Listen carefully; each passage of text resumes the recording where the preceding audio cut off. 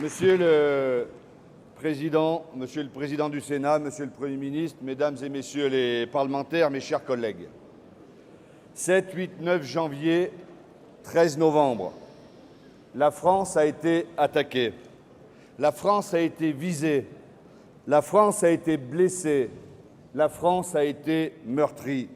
Oui, mais la France est la France. Et parce que la France est la France reste debout et elle restera debout. En janvier, ont été attaqués des journalistes, des juifs, des policiers. En novembre, la culture, le sport, la jeunesse, les forces vives. Oui, ces attentats sont les mêmes.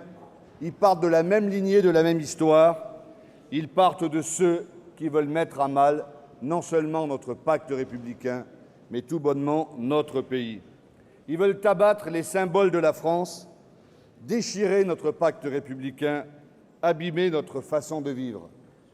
Mais, mesdames et messieurs, mes chers collègues, après 1940, quand la France avait un genou à terre, l'âme de la résistance s'est levée, la flamme de la résistance a brillé, et les Françaises et les Français se sont levés contre le nazisme et ils ont résisté.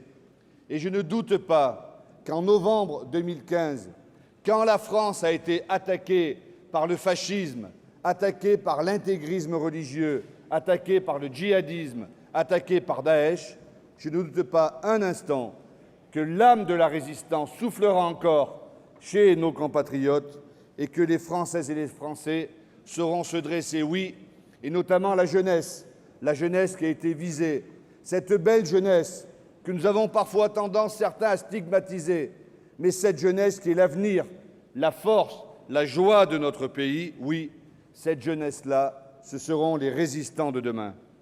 Je veux saluer, Monsieur le Premier ministre, les réactions de votre gouvernement et du chef de l'État qui, comme en janvier, ont été rapides et à la hauteur.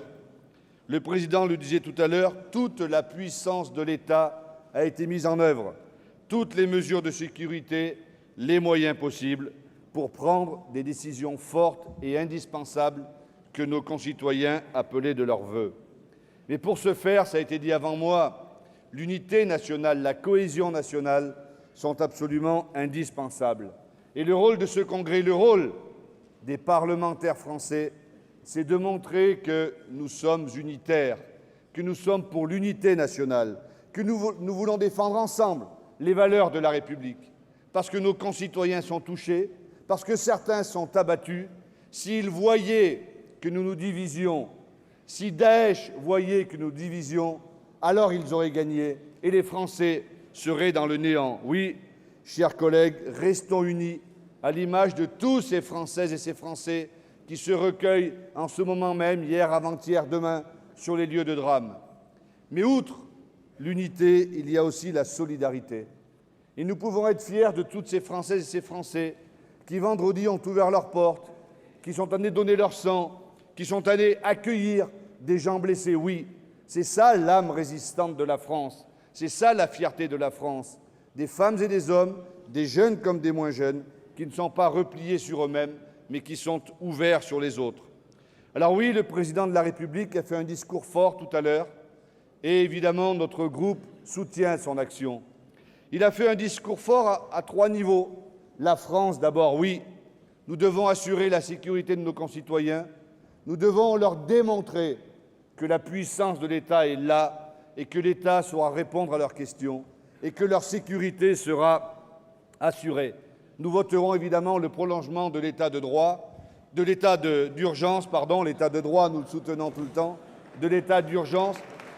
Et il faudra bien évidemment, améliorer ce texte de 55, parce que je ne sais pas si les rédacteurs, en 1955, connaissaient les adresses IP, les portables ou les ordinateurs.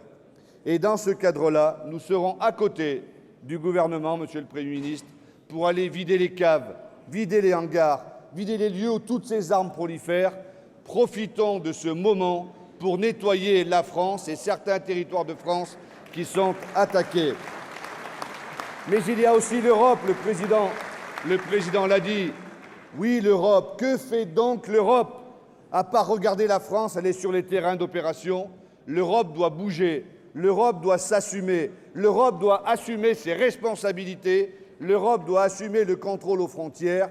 Et oui, je veux le dire ici, nous n'avons pas besoin de Schengen 2, 3 ou 4.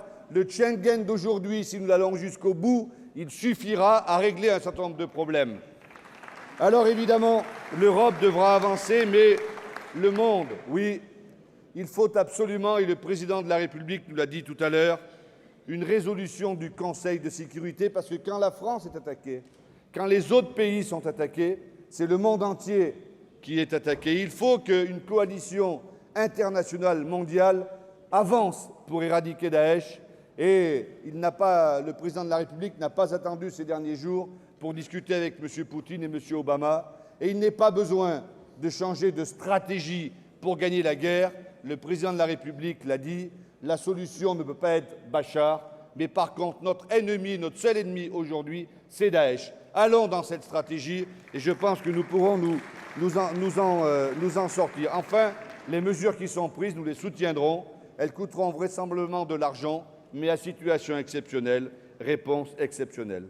Je veux conclure, Monsieur le Président, en faisant quelques réflexions sur l'état de la société. Oui, aujourd'hui, nous sommes en guerre contre Daesh, mais nous devons dire sans cesse à beaucoup de nos concitoyens que nous ne sommes pas en guerre contre l'islam, qui est une belle et grande religion, que nous ne sommes pas en guerre contre les Arabes, qui viennent d'une grande et belle civilisation, que nous ne sommes pas en guerre contre les immigrés de France.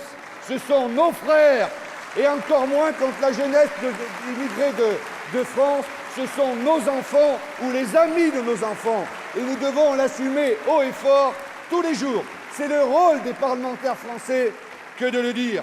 Et faire l'amalgame entre réfugiés et terrorisme nous mènerait vers le néant, vers le chaos. Je ne veux même pas l'évoquer maintenant. Oui, nous sommes en guerre face à Daesh.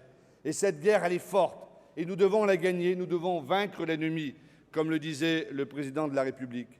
Mais également, regardons notre société. Et nous, parlementaires, nous devons toujours lutter contre le racisme et la xénophobie. J'évoquais il y a un instant ces centaines, ces milliers de Français solidaires, unitaires, qui ont aidé les uns et les autres. Mais nous lisons les réseaux sociaux, nous écoutons ce qui se dit autour de nous. Il y a aussi chez nous des Français qui sont racistes, j'allais dire quasiment de père en fils. Avant, c'était les Rital, les Porthos et consorts. Aujourd'hui, ce sont les Arabes. Ce n'est pas acceptable. Et nous devons combattre ce racisme ambiant sans lequel le pacte républicain prendra un coup fort.